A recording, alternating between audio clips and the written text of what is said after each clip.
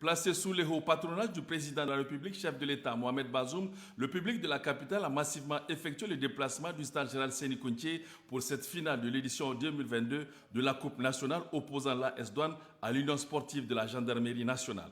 À 16h00, le président fait son entrée au stade et s'ensuit le cérémonial.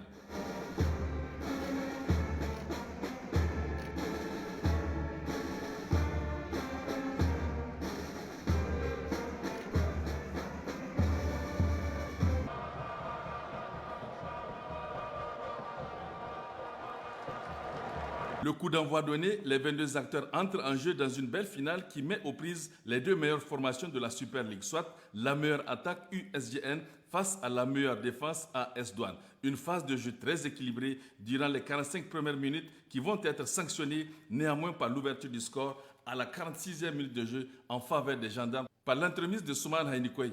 Attention, c'est l'ouverture. C'est l'ouverture du score. Boubacar Haïnikoy Djeko. En deuxième période, la rencontre reste très engagée malgré une légère domination des gendarmes. Le stratège entraîneur de la Douane, Abdraman Issa, attend la 60e minute pour faire monter les deux jockeys, chinois Issa Mossi et Kader Wonkoy. Leur entrée va faire du bien au blanc de la AS Douane. Chinois Issa Mossi remise un caviar à Kader qui manque l'égalisation. Puis à la 75e minute de jeu, la pression va s'accentuer sur la défense de la gendarmerie qui va finir par concéder un pénalty sifflé par l'arbitre du jour, Mohamed Ali. Parti chinois qui se lance et qui marque. Contre-pied parfait. Eh oui, c'est l'égalisation de l'AS Douanes. Chinois ne tremble pas et donne l'égalisation à son équipe. Les deux formations vont engager un rude combat jusqu'à la fin du temps réglementaire.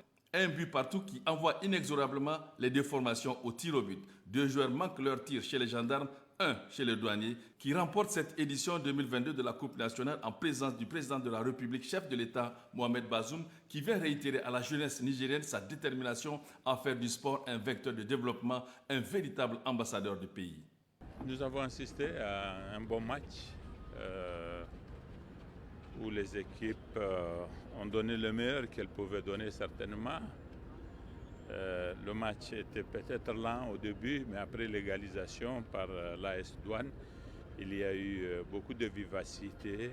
Le match est devenu intéressant, mais c'était déjà la fin. Et puis après, le tir au but, c'est une affaire de chance.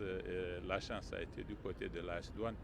En venant ici, mon objectif, c'est d'inciter la jeunesse à pratiquer le sport. Le football est un grand facteur d'union et de communion. Et la pratique du sport est la forme d'activité la plus saine à laquelle la jeunesse pourrait se livrer. Et quand je viens ici, le message consiste justement à donner ce signal à la jeunesse que c'est du côté des stades que nous avons l'avenir. C'est le divertissement par excellence de la jeunesse et le gouvernement va engager tous les moyens qu'il faut de façon à faire en sorte que justement la jeunesse s'intéresse à ce divertissement, s'y épanouisse et qu'elle porte haut le flambeau du Niger sur l'arène internationale. Ainsi, pour la première fois, l'équipe championne de l'AS Douanes empoche une enveloppe de 20 millions de francs CFA. Aussi, le champion en titre de la Super League 2021-2022, l'AS Nigelec empoche également 20 millions de francs CFA. A noter que plusieurs présidents d'institutions, le Premier ministre, chef du gouvernement, des membres du gouvernement ont honoré de leur présence cette belle finale qui s'est jouée devant environ 27 000 spectateurs.